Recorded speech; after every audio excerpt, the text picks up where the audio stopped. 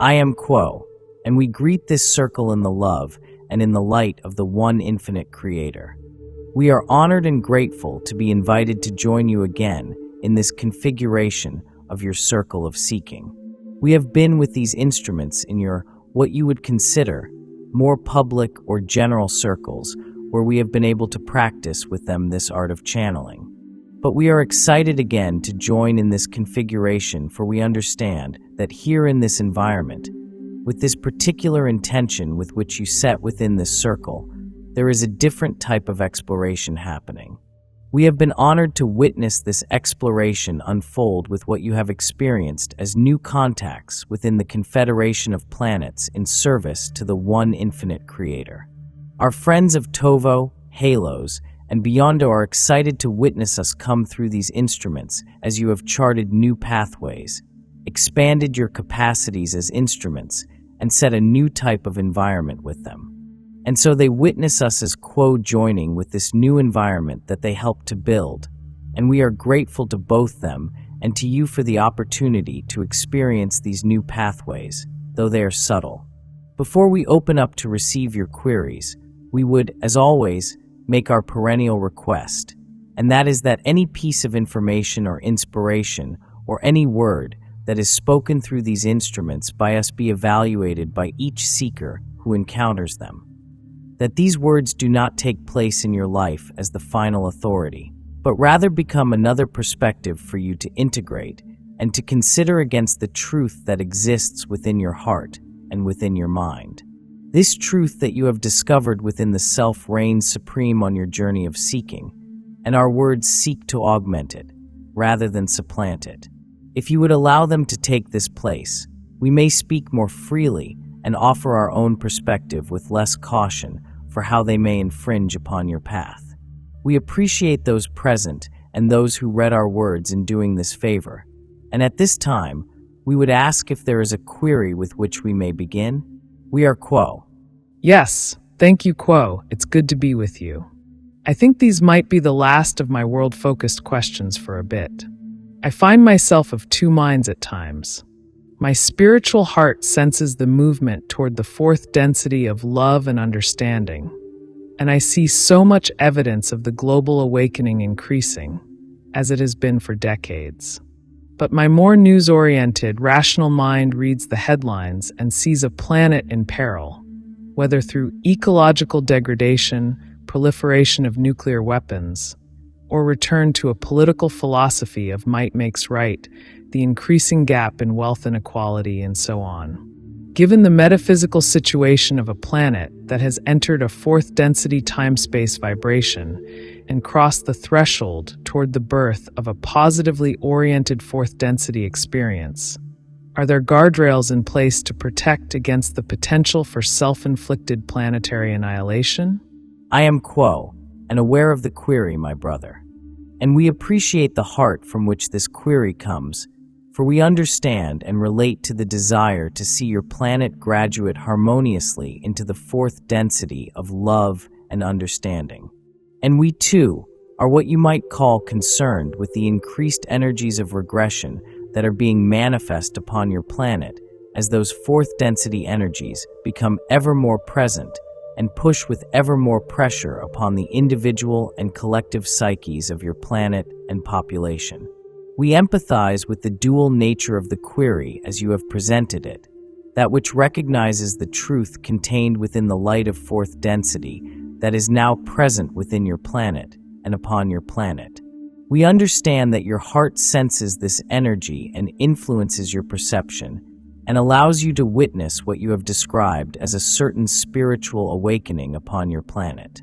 We would encourage any seeker who feels the tension of these two poles, the growing spiritual evolution of your planet alongside the seeming regression of your planet, to foster the perception of that growing spiritual awareness, to treasure those moments in which you recognize within the eyes of another, within the laughter of a child, within the growing joy of community, within the coming together, to celebrate or to mourn or to deal with whatever particular situation has come upon your community, and to cherish these moments, to bring them into your meditation, and allow them to inform the open heart that is being cultivated within you and within your social memory complex.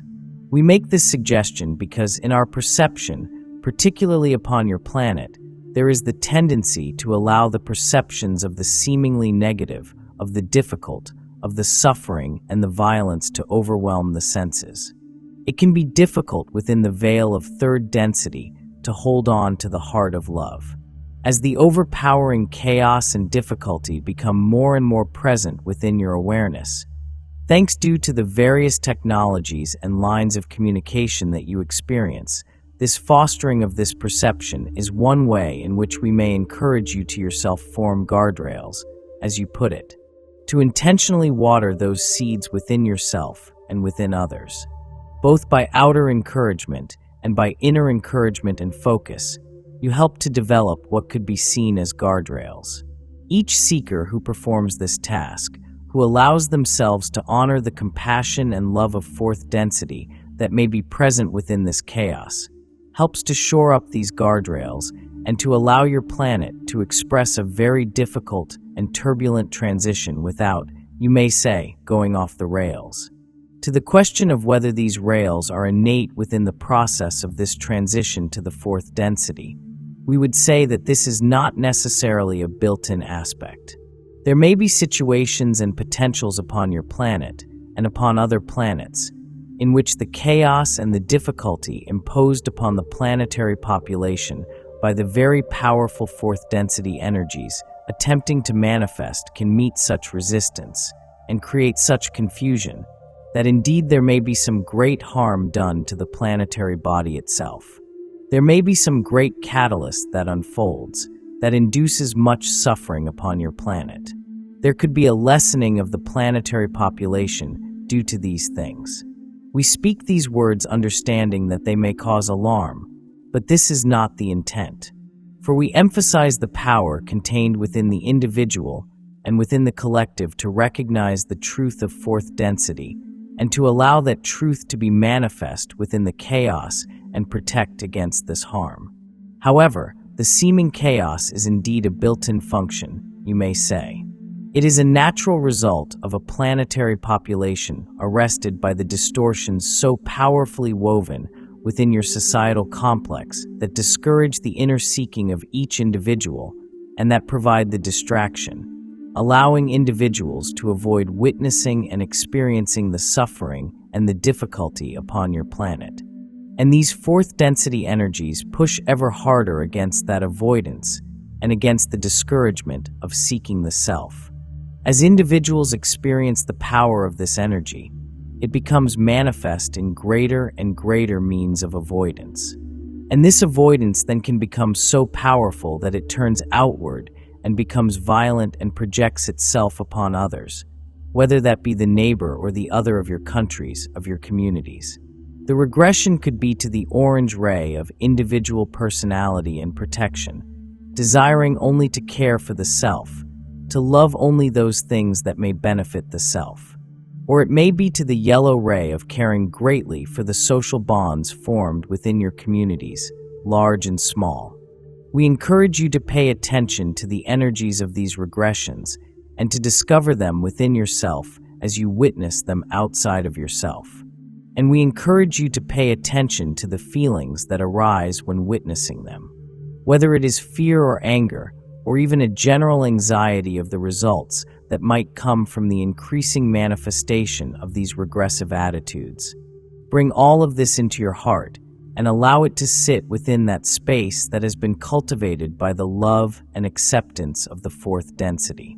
For it is in this acceptance, this allowing, this ability to take this within the self, to recognize it as part of the self, that then provides the atmosphere of transformation that becomes the guardrails of your planet. We would offer a glimpse that we can perceive from our perspective, and that this is being done by groups such as this, by individuals who find these disturbing images and circumstances upon your planet to be pushing them inward. It is indeed creating a catalyst for those individuals to activate the love and to activate the acceptance necessary to allow this transformation. This is not always apparent on the outside. You may not always perceive it, particularly given the focus of what you call news or how information arrives within your perception. Much of this quiet contemplation remains interior, but it can be perceived and utilized by the collective. If you, as individuals, continue to tap into this energy, the available capacity for the transformation of fourth density becomes greater, and the protection imbued upon your planet also becomes greater. We witness the greatest probability possibility unfolding that the work done by many individuals is succeeding. There may be much chaos and turbulence to unfold, and much catalyst to be visited upon your planetary population. But due to this work, this catalyst then has the possibility of succeeding in its mission, which is to cause you as a planetary population to turn together towards the heart. This will require more and more catalyst of greater and greater degrees, for it must increase in its intensity to draw the attention of the individual and to break through, you may say, to the hardened protection around the heart that has been built by the energies of the orange and yellow rays. But this catalyst can work, and if your planetary population were not able to grasp it and utilize it, then it would not be present. The potential of your planetary population is what manifests the degree of this catalyst. Is there a follow-up to this query, my brother? That was on point, thank you, Quo. Yeah, a simpler follow-up to that question. You described the appropriate relationship of the third density entity to fourth density energies as one of allowance and acceptance. And on paper that sounds so easy, expand the heart. Welcome more peoples into the heart, recognize our interconnectedness, love your neighbor, etc. Yet clearly large portions of the planetary population are feeling this energy and regressing to the orange or the yellow ray to protect the self, to identify with the tribe, to reject universal love, and so forth. Can you speak to why it's so difficult for these third density entities to allow and accept the energies of love and understanding that are characteristic of the fourth density energy? I am Quo, and am aware of the query, my brother. We can respond to this query from various angles. Not all of those angles may be direct, for this is the task at hand for your planet, and it does require some self-guidance. You may say, for the population to discover this thread of love and to weave it into the tapestry of your social complexes. To speak to why this difficulty persists, there are many influences upon each individual that create certain barriers and create certain calcified pathways that encourage these individuals to turn back from the light of fourth density, the light of transparency of self, to self and to other, and instead reiterate their own personal universe within the self. Part of these influences come from your society itself. As we mentioned, there are many opportunities for distraction, for sedation, for avoidance. These are incredibly powerful forces within the third density, and your planetary population has developed many tools to help individuals avoid suffering, whether in the self or within other. You are quite removed from the reality of how your life influences others. Within your society, there is very little awareness of the impacts of each of your actions because your social complexes have become so complex. The abstraction of your life has become so far removed from the direct influence of it, the direct association with those things that provide your life, that it is very easy to simply ignore the suffering that continues to be pervasive around your planet and the seeming chaos. But the rising availability of information is concurrent with the ability to avoid it. These two energies exacerbate each other, you may say. The more that you have the ability to avoid suffering within the self and avoid witnessing the suffering of others, the more opportunity is invited to impress upon you that suffering of self or other. And so this accounts partly for why there seems to be an increase in this seeming chaos, but also an increase in the turning away from it, because these two things, in a sense, create a balanced tension. However, this tension grows more and more, and the nature of catalyst is that which is aimed in an attempt to break this tension, to force, you may say, the individual or the collective to turn towards the suffering and to take it in, as we have encouraged, in the eyes of love. And this will not necessarily mean a passive acceptance of what is occurring, but we would expect that, for many upon your planet to be able to open the heart in love after having been closed for so long, will encourage a great motivation and an attempt to gift the planet restitution and healing where these spheres of suffering have been allowed to be so pervasive and persist for so long, with the avoidance mechanisms working so hard to allow the individuals to ignore them. We can also speak somewhat to a more metaphysical influence, both within your time-space of your thought forms developed by your societies, but also by the Orion group, as you have identified it. Those service-to-self entities who are drawn to the great potential upon your planet as it transitions from the third to fourth density find great opportunity to practice their craft, you may say, of manipulation and finding new ways to energize the tendency of individuals to avoid suffering, to cover up that suffering, to even engage with what seems to be positive attitudes of spiritual seeking and turn them towards a bypassing, you may say, of this suffering. These energies are energized by the Orion group in an attempt to baffle the birth of a positive fourth density planet, and they are finding some success. But this ability will become more and more limited as the catalyst grows in its intensity, and more people will have the inward trajectory of avoidance shattered by the necessity to witness something that cannot be avoided. The necessity to finally grasp the suffering within the self and reckon with it within the energies of fourth density, which encourage openness and transparency and expression of the self through the eyes and words of love. Is there another follow-up to this query, my brother? There are more questions, Quo. Kind of related to this subject, it's complex. Apologies. In 12.28, Ra is talking about the purity of mind and the foolhardiness bravery necessary for the higher density soul to wander to this planet. Then Ra adds this seemingly garbled statement. The challenge danger of the wanderer is that it will forget its mission, become karmically involved, and thus be swept into the maelstrom from which it had incarnated to aid the destruction. Now, maelstrom can be defined as a powerful, violent whirlpool in the ocean or a large body of water. The kind of swirling current that, in old sailor lore, can pull entire ships down into its spinning center. It also connotes a chaotic, overwhelming situation, a convergence and whirl of intense emotions, events, or forces. A state where everything feels like it's spinning at once. That seems apt for our times, globally speaking. Can you speak to the choice of maelstrom in 12.28 and what that statement is trying to say? For your and the instrument's benefit, I will repeat the statement. The challenge danger of the wanderer is that it will forget its mission, become karmically involved, and thus be swept into the maelstrom from which it had incarnated to aid the destruction. I am Quo, and I'm aware of the query, my brother.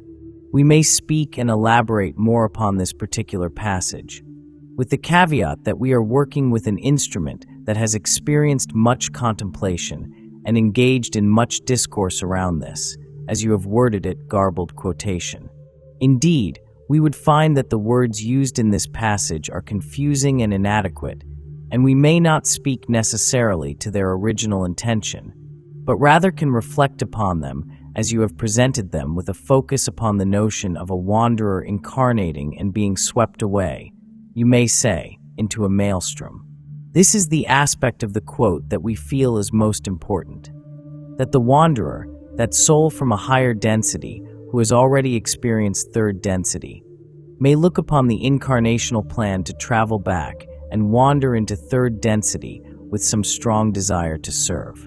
And this desire to serve can be overpowering, even overwhelming, for this higher density entity, generating the motivation to then incarnate and attempt to serve a planetary population such as yours that has found itself swirling, you may say, within a certain cycle of regression and catalyst presented by that regression. This can create a very powerful pull. And as the wanderer takes upon it the full forgetting of the third density, it is not necessarily equipped with the perspective that allowed it to make the decision to incarnate, the perspective that would then encourage it to focus its efforts upon service, one-pointedly. Rather, the wanderer must awaken to its nature within the incarnation, and it is often forced. We correct this instrument, forgotten, in a sense, by the higher density entity, just how powerful this so-called maelstrom can be. And so we find your description of the maelstrom to be quite apt, in that there is a circular nature, a swirling that becomes disorienting. This is indicative of the patterns that unfold upon a planet such as yours, where there is a certain entrapped nature of these energies. They are stuck in a certain cycle, and the cycle grows more and more powerful to the point where it seems to be swirling and grabbing everything within its path, pulling it into its own pattern. Entities who incarnate within your society may incarnate with a purity of intention, but then they must grow within that society. They must take upon themselves the distortions of this society. It is hoped for by the wanderer that they can adopt these distortions while maintaining the connection to that original desire that caused them to incarnate.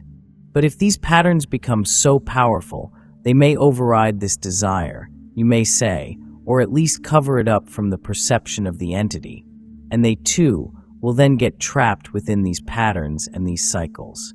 This is why the word choice and description of the maelstrom is so apt, because there is a certain current that is repeating, certain cycles that continue to be bolstered by the fourth density energies that cause the regression and the exacerbation and greater crystallization of these patterns. We would name some of these patterns as bellicosity and the tendency towards self-protection, the tendency towards projecting insecurities and judgment outwards, and the ignoring of the self that is reflected by the other. To the garbled nature of this quotation, we cannot speak further to the potential of any hidden meaning within how these words are arranged, but rather emphasize that we as Quo, in this moment, through this instrument, wish to place emphasis upon the dynamic we have described and how the maelstrom affects the wanderer, rather than the seeming confusion of how the sentence itself is arranged. Is there a follow-up to this query, my brother? Yeah, I didn't expect that there was any riddle there or hidden meaning, but rather just that the syntax got messed up in transmission. But it's only a guess. Yes, in my personal opinion, there seems to be widespread confusion regarding differentiating behaviors that exhibit as service to self and those that exhibit as service to others, even and especially among those awakening to spiritual reality. Not that we can easily know the heart of an other self and what their ultimate polarity may be, much less what the polarized intention of any given action is. But some outer actions and behaviors clearly ring of power over others with intent to dominate, while other actions and behaviors ring of compassion for others with intent to uplift. Can you speak to this planetary confusion, and whether perhaps this also connects to the maelstrom that wanderers risk being swept into, thereby inadvertently supporting a destruction that they incarnated to prevent? I am Quo, and we believe we grasp the heart of your query. We find the identification of energies with seeming service-to-self tendencies to be quite congruent with the idea that fourth density energies coming to your planet cause a regression, particularly when framed as a regression into the lower energy centers. This seeming connection is due to the fact that for an entity to polarize service to self, there is a need to master, you may say, the energies of these lower energy centers towards a certain end. There is a need, through a great strength of will, to avoid and close off the self from that influence of the green ray that would be experienced within the heart chakra of the entity, and instead bolster the energies of the lower energy centers absent of this green ray influence. The behaviors that are indicative of these patterns present within the orange and yellow ray chakras in particular may look almost identical to the behaviors of a polarizing service-to-self entity, because they exist within the same realm of so-called development within the self. They are of the same energy, you may say. However, the service-to-self entity utilizes these energies in a very conscious, intentional, and deliberate fashion. An otherwise asleep, or perhaps even service to others-oriented individual who experiences this regression may fall into the similar patterns that are expressed by a service-to-self entity, but do so mostly unconsciously or mindlessly. In order for these behaviors to be truly utilized for service-to-self polarization, they must be done with full intention and full awareness. This can sometimes come from the pull of this maelstrom, the otherwise positive individual being swept away into these patterns. And then through this unconscious unfolding of these patterns, they tap into a certain power that is alluring, a certain understanding of the capacity of these energies to access the one infinite creator in their own way, to provide the power available to the individual without the necessity of opening the heart. This may then cause such wanderers to forget their original polarization, you may say, to allow their original polarization to be faint in its influence, and rather, the nature of service to self to be cultivated by the unfolding of these patterns and the experience of true spiritual connection that is still available through these patterns. We believe that this is related to the heart of your query, but we ask if this has adequately addressed what you were hoping to ask about. Let me just express gratitude for wending your ways to these complex questions. It's an honor to be able to ask questions of you, Quo. And your responses, in my opinion, have been excellent regarding the question. Everything you said made total sense to me. I realize I did not aim my question properly, however. It was more about confusion in perception among those I judged to be positive, even positively oriented wanderers. Particularly regarding leadership and public figures, political figures, and aligning oneself with these leaders who, in my opinion, for what it's worth, don't align with the positive values that I know exist in the positive person. And this, maybe I've got the wrong of it, who knows, but presuming I'm seeing some pattern, is this confusion in perception connected to this maelstrom, as it were? I am Quo, and am aware of the query, my brother. And we appreciate this clarification, for it allows us to explore this dynamic that we have already been exploring to a deeper degree. And indeed, we would affirm that there is a strong connection between what you identify as confusion upon the part of the positive individual. We would take a moment and request that the questioner and the reader attempt to, as best as possible, relieve themselves of any particular situation or circumstance in which they might apply this dynamic, for we are able to speak more freely with the understanding that our words are received in a general sense, and that we are not offering commentary upon the planetary game, as we have called it. Within your question, we do recognize great truth of this dynamic. The maelstrom, as it has been called, indeed does pull all entities into it. The capacity of each entity to withstand, or perhaps, you may say, become aware of the currents of the maelstrom and thus be able to navigate them, is quite individual.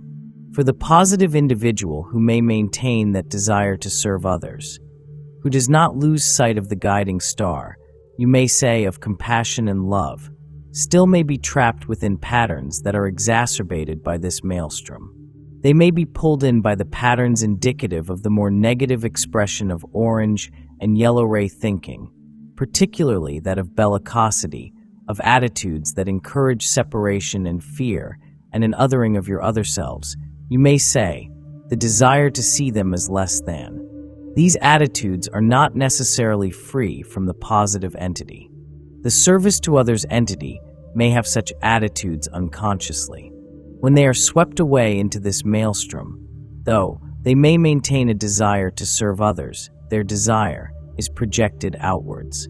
They may look upon situations, circumstances, so-called solutions, people, or personalities that are, in truth, indicative of these service-to-self energies of the lower energy centers, but instead see within them their inner desire to serve others due to this projecting of their own distortions. And thus there is a conflation of the positive, the radiant, and the impending transformation into an environment of love and understanding with a situation or circumstance or individual that is instead more rightly expressing and exacerbating those patterns of confusion, or perhaps even more crystallized patterns of self-service within the lower energy centers. Does this adequately address your query, my brother? It does. Thank you so much, Quo. I am Quo, and we thank you, my brother. We ask if there is a question to which we may respond. We are Quo. I have a substantial, not a big, complex one. It is about the Telepathy Tapes. In this particular podcast series, which has gained some attention, it features what, in conventional terms, we would describe as nonverbal autistic children who seem to exhibit telepathic ability. Moreover, ability to meet in what in my law of one brain might describe as time/space together, to meet in a non-physical realm and communicate with one another and so forth. And it's very intriguing. And I'm wondering if you can speak to these children and what they represent. Might these be dual-activated beings? Might they be way showers, in a sense, for the arrival of fourth density and so forth? I am Quo, and am aware of the query, my brother. We feel that we can address this query somewhat, but recognize that there is a richness to this question that may be mined and explored in further questioning at a later time. And before addressing this query directly, we would offer a caveat or make a certain request, and that is related to the tendency of your peoples to wish to classify and name and put things into a certain order that can be easily grasped. We find this dynamic to be quite present within the attempt to reconcile and understand the phenomena explored by what you have called telepathy tapes. For within the phenomena explored in this great creation, there is a great variety of expression of the one infinite creator in different ways. This includes both in the capacities of those individuals highlighted within these stories, but also in their own natures themselves. There is no one way, you may say, to classify these abilities or these individuals, but we can speak somewhat directly from our own observations, that in our understanding and in our perception, many of these individuals, many of them young, are indeed those who we have defined as dual-activated entities, having the capacity within them to operate both a third-density body and a fourth-density body. We have observed, you may say, the somewhat difficult experience of these individuals within the environment of your troubled third density as it attempts to reckon with the fourth density. And we would point out that the nature of this difficulty is not necessarily caused by the neurological configuration of these entities, but rather is often, though not always, caused by the friction, caused by your society's attempts to restrict these individuals into strictly third-density ways of being and ways of knowing and ways of expression. This we would understand as a central catalyst, both to those individuals and to their caretakers and to any seeker who is interested in these stories. We would end our exploration of this fascinating topic at this point and ask that if there is more to explore from the questioner's perspective, that this topic be presented again at a further session. We would ask if there is a query to which we may respond. We are Quo. Yes, Quo. I have some queries, as these are also somewhat complex, so thank you for bearing with me. The first one is inspired by something that our friends of Halos said in our last session. So I'll read you the quote. Halos said, "Faith starts out as positive belief, but becomes a surety, a knowing beyond intellectual knowledge, a transcendence of the rational mind and the world system whereby the entity has leapt into the air into nothing and rests upon not a structure of logical thought or scientific theory, but in that eternity which is forever beyond space and time, which was before space and time, and which is one's true nature. Faith is the bridge to this reality, your deeper nature, and through this bridge or portal or doorway, one who is upon the positive path is more centered in their own power." So my question is, when reckoning with real-world situations, attempting to navigate our world with discernment and care, it can seem foolish to let go of a structure of logical thought, as Halos called it. I don't believe the Confederation would necessarily encourage seekers to abandon all consideration of the rational, But I also note that you seem to emphasize that faith is absolutely central and outside the bounds of logical thought, while logical thought is not upheld as equally central and important for the seeker. It would be easy to interpret this as an appeal to release logic and rationality in favor of faith. So can you please elaborate on this tension and help me understand the proper place of logic and rational thought in relationship to faith? We are those of Quo, and give thanks for this well-fashioned question, which is one which the mystical seeker is inclined to grapple with at many points in their journey. For the seeking of the one Creator, which those in this room and those who read our words and many around the world are presently engaged in, is, in other words, a mystical journey, and is ultimately one of faith, for the third density entity behind the veil comes to the Creator not through a logical structure, per se, but through the leap into midair, the opening of the door of faith. But you are right to note that for the separation-bound entity, there seems to be a tension and relationship between these seemingly mutually exclusive modes of being.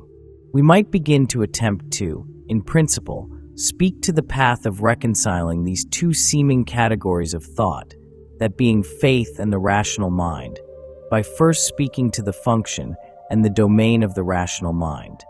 That which you and those of Halos have described as logic may in some limited but fruitful ways be likened to computation, in metaphor.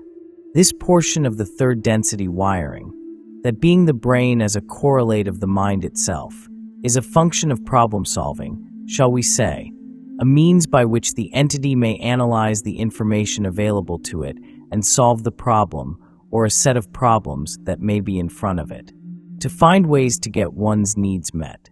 To understand, in big air quotes, the world about one through this sort of computational analysis whereby data is being stored and retrieved and synthesized and discarded and distorted and accepted or rejected and so forth. And upon its level, this functionality, as we have briefly but not sufficiently described, serves its purpose. It is, in short, useful to the entity.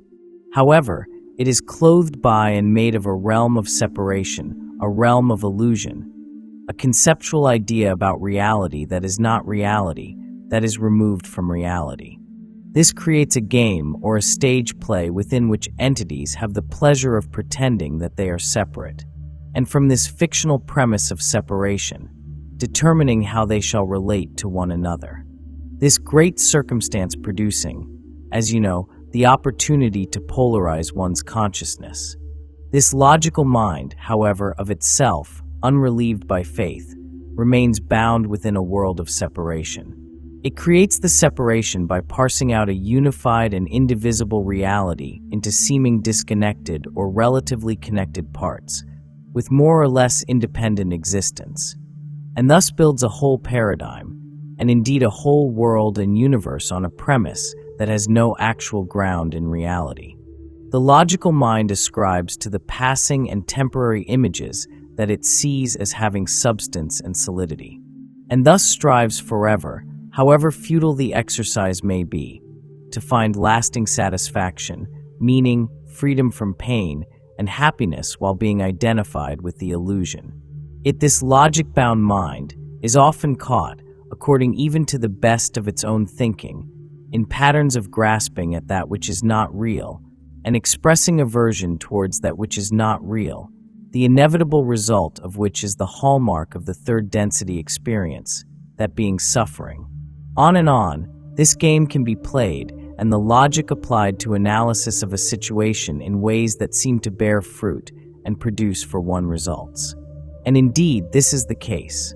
It is rather that those results, however they may help one to navigate the horizontal plane of existence in one lateral move after another, shall we say, we pause to allow this instrument a break, as he has lost this thread to some degree. We were speaking of the usefulness of the logical or analytical mind in the third density illusion, in terms of the results it produces for the entity which engages this faculty. But those results, useful though they are upon their own plane, will, unrelieved by transcendence, keep the identity. We correct this instrument, keep the entity's awareness inextricably identified with the world of form and its companion suffering. For the entity who has experienced awakening to their inner light, be it more often than not through the catalyst of suffering, or whatever else may have awakened this inner power and provided the entity the peek beyond the curtain they seek, uses this inner light not only for the required horizontal movement of the third density plane, but to begin the ascent upward, shall we say, upon the vertical plane, which has been described as the return journey home to the Creator, to the true nature of the self outside of the illusion. This is a very long journey, our friends, that extends endlessly beyond the third density experience. But for those within your plane seeking to move upward, the logical mind and the entity's relationship to this faculty and its use within the being evolve alongside of the being.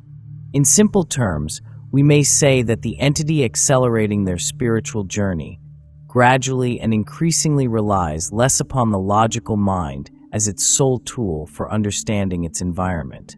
This is an ever-evolving, shifting, and fluid dynamic. And then there is an extreme end, shall we say, for the fully self-realized being, but upon the journey there, shall we say, is, as we have said, a dynamic relationship between faith and the rational intuitive mind. And in that dynamic, evolving relationship, the entity knows when and where and how to apply that mind for its intended function without identification with the world it creates of form and separateness and otherness. Instead, the entity increasingly looks within to the heart of self for the true or truer understanding of the moment, which is forever and always outside of the constructs of space and time. Before, shall we say, space and time were dreamed into existence. This, the true nature of self, the ground of being, is not one of logic, precisely, nor is the key to it opened with logic. To access what, from the standpoint of the separation-bound self, is the innermost holy sanctum, one must die to the self, releasing their attachment to the illusion and their identification with form, surrendering in devotion fully to the Creator. Surrender that personal will of resistance and self-seeking, that this separation bound will may be aligned and fused and be one with the one true will, the will of the Creator. This fundamental transformation and awakening from the dream and the return to the true self, the rational mind cannot do. This is not to say that the entity of faith discards this tool entirely, for even the entity of faith remains, to some degree, playing a game upon a stage. And on that particular stage, some degree of problem-solving and thinking may be helpful, but that tool becomes subordinate to the expanded awareness of the self, which has almost entirely shifted its perspective and, shall we say, value systems. The awakening and awakened self is playing a different game entirely. That is, for the most part, outside of the rules and norms of your society, in which the entity seeks to disarm and to be vulnerable to the moment wherein it seeks to bring both the light and the dark into the heart of acceptance, in which it sees that whatever may be transpiring upon the surface of your world, including in the face of hatred and division and injustice, all is the Creator, all is the Creator knowing itself. And thus there is nothing to fear, nothing to run from, nowhere ever to go but here, no particular someone to be. For all is the self, and that self is forever unbound and free in a dimensionless dimension. And where the logical-bound mind would attempt to sort and order, and as is often the case, control or manipulate the situation, or reconfigure it to one's liking, the entity of faith may, in its most developed form, release all resistance to the moment and all attachment to outcome. And it may seem to the reader that to look upon the moment with faithful eyes is to become, shall we pejoratively say, dumb, to turn off the intelligence, to become unthinking. But we may say that it is only through faith that truth may flow into and through the self. It is only through faith that one may make contact with what is actually happening in any given moment. Is it clearer, or in your logical terms, more effective to see and analyze and study the shadows shaking upon the surface? Or to step out from that cave and see the light source which was creating their shadows. To recognize that that light source is within the self and is ultimately the self. This is the same light source that underlies any moment in any incarnation within third density, and every moment of any place the entity's feet may take them through the multi-dimensional journey of the birth and death of densities and octaves and entities and places. To such an entity who has learned to abide in faith, they are free and liberated from the constraints and strictures of the illusion. This is not to say that they are impervious to harm or bodily destruction, but rather that they have found a true end to suffering and may move about freely in single-pointedness, in the desire, or rather, in the beingness of pure radiance which radiates regardless of the circumstance or the mistreatment or the cruelty on display, which is beyond the basic and necessary maintenance of the body and the mind and the lower chakras, as through discipline, will and faith become crystallized, that the Creator may operate through this entity who believed, for a time, that it was separate, and through devotion and inquiry and faith, surrender the entire separate identity that it had made from an illusory position, merging once more into that infinite awareness from which it never separated. To see with the eyes of faith is to remove the veils from the eyes that produce a cognition and awareness that is bound within the strictures and constraints of a logical mind. We are Quo, and would ask if there is a follow-up to this query? Yeah, thank you, Quo. This query I've been trying to form as you've been talking, so I apologize if it's not fully formed. But within that response, you recognized faith with terms such as formless, absent of resistance, totally free, unthinking. You said that somebody in faith is relieved from the constraints and strictures of reality, and that through faith, one can come into contact with what is actually happening.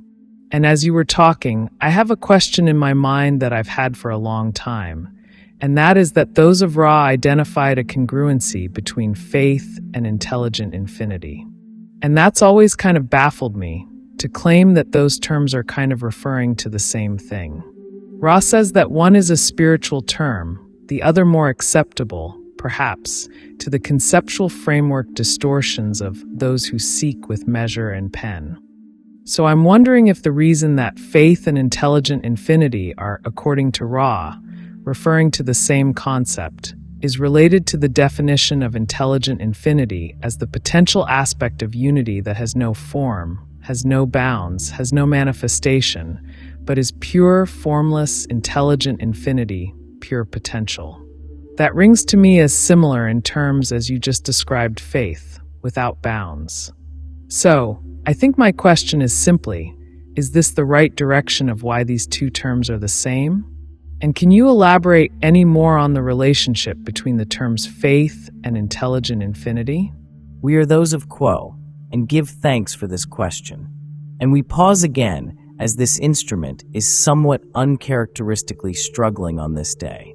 We can indeed affirm, as you say, a right direction in your contemplation in seeking to understand, as it were, the congruency between these two terms.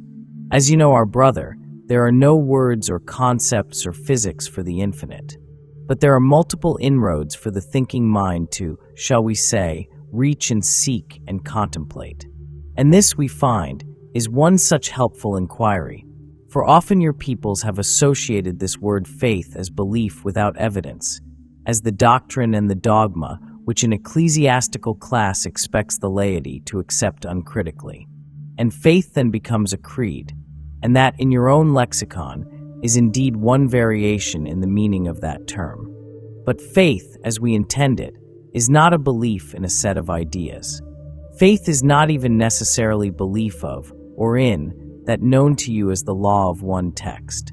Instead, faith is that which connects you, you being this illusory, separate entity of mind, body, and spirit, to your true nature in and as the one. This faith, as we have conveyed before, expresses itself in the being, in the awareness, and in the incontrovertible surety that all is well, whether it be life or death, good times or difficult times. It is not that one believes all as well as a principle or precept, though that can indeed be a powerful reprogramming affirmation or mantra. Rather, it is that faith clarifies any seeming landscape to reveal that all is indeed well against the backdrop of infinity, for nothing is ever lost. Nothing was ever created. Therefore, nothing ever can be destroyed. There is only ever eternity and infinity. And this sense, as it manifests within the third density of all is well, is thanks to, shall we say, plugging back into the Creator limited, though this figure of speech is. The entity has sourced its, we correct this instrument. The entity has pulled back its identification from form and rediscovered and remembered that which it had never lost and never actually forgotten, that being its source as the one Creator. And those of Ra, in their desire to speak with the utmost precision available to them using the limited and clumsy tools of your language, invoked this term of intelligent infinity to point to that realm which is one and the same of faith in the way that we describe it. We may use synonyms and related concepts to speak to that which is beyond concept and words. But this intelligent infinity is, or may be likened to primordial awareness itself. In the emotionally charged and highly distorted, more common term of your culture, it may be called God.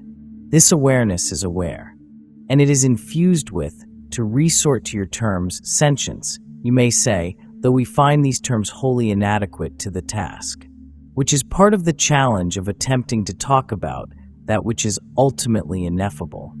For any concept or section of language that we may work with was built of, and from, and for, an illusory reality of space and time, where seemingly independent or minimally related parts relate to one another in contrast, and in comparison, and in relationship. But there is no relationship in infinity. There is no subject who may stand outside of and make an object of infinity. The beauty of the creation and the game of manyness is that the Creator, you may seem to have this experience, may seem to look back upon yourself as infinity, identified with a particular focal point of form, and thus relate to and behold and glory in infinity. And in this glory, radiate a sense of beauty and awe and thanksgiving. In this loving dance, this sexual fusion of the one and the many and the one. In non-dual terms, the one is the many and the one. As it is said in your Eastern cultures, nirvana and samsara are one. But insofar as any point of this infinite awareness is seemingly momentarily forgetting itself and identifying with form, then there is relationship with infinity. And such is the magic of this situation that the entity can even find a label to point to ultimate reality, to point to source, such as intelligent infinity. Intelligent infinity as a concept seems to sit at a distance from the entity in an abstraction, as an object that is elsewhere. This is a misunderstanding. This also speaks to why understanding itself is nigh impossible using solely the intellectual mind. Faith is often taken to be, in the sense that we intend, a state of being. And it is all these things. Intelligent infinity is your alive beingness right now. It is that which is reading these words. It is that which is perceiving the senses of the body. It is that which is the background to your entire existence and every point of phenomena and experience and thought and sensation and misery and bliss within it. It has been your background condition and true nature all along. Any experience that you have had in time will end, because that which begins in time has an end in time, and meanwhile, and already, you have been nothing other than the Creator. Intelligent infinity has been the ground of your very own being, the awareness that is already, right now, in operation, shall we say. And this can only be approached and merged into through this faculty of faith, which becomes one and the same as intelligent infinity. As we have described in our previous answer, it is only as the entity releases its grip upon the mortal self and its attachments and aversions and ways of seeing itself in the world, and the process of dying to the self, that the self may be, from the standpoint of the illusion, reborn to infinite being, which it already is. You may see this travel, shall we say, from separation into unity, through this invisible bridge of faith, which, in its way, abandons the intellectual mind in the inward journey and leaps into midair, into that realm, or realmless realm of the all within, which, as we have described and as you were questioning, there is no structure, there is nothing to hold on to, there is no past or future, self or other, subject or object, here or there. There is only silence and stillness which moves beyond all thought, all action, all word, all vibration. With gratitude to the questioner for these very important questions, we would wrap up this contact, and we may bring our cherished time with you to a close. We offer our gratitude at having been extended the invitation, and then accepted into the circle of seeking. It is with great joy that we have been able to, through these instruments, speak to these concepts that are upon the minds of seekers, that are relevant to the path of the seeker. And we hope that our words find their way into the hearts of all who read them, so that they may better inform your journey upon a planet that is attempting to evolve and transform into the next density, and provide an environment of love and understanding for the entities upon it. This transformation, as you know, is going quite roughly, and the calling out from this planet and the population upon it for love and for light grows ever more. And so does your capacity to walk upon the surface of this planet while radiating that which you know deep within yourself to be the truth. That truth, being the love and the light of the one infinite Creator, grows more and more meaningful as this point of transition continues to grow near. And as your planet continues to welcome the vibrations of fourth density with more and more intensity and manifestation within your space-time environment, we encourage all to take this vibration of love offered through our words and to allow it to be radiated through the being at any point that is possible. At this time, we would take leave of this instrument and of this circle, leaving you as we found you in the love and in the light of the one infinite Creator, Adonai Vasu Baragas.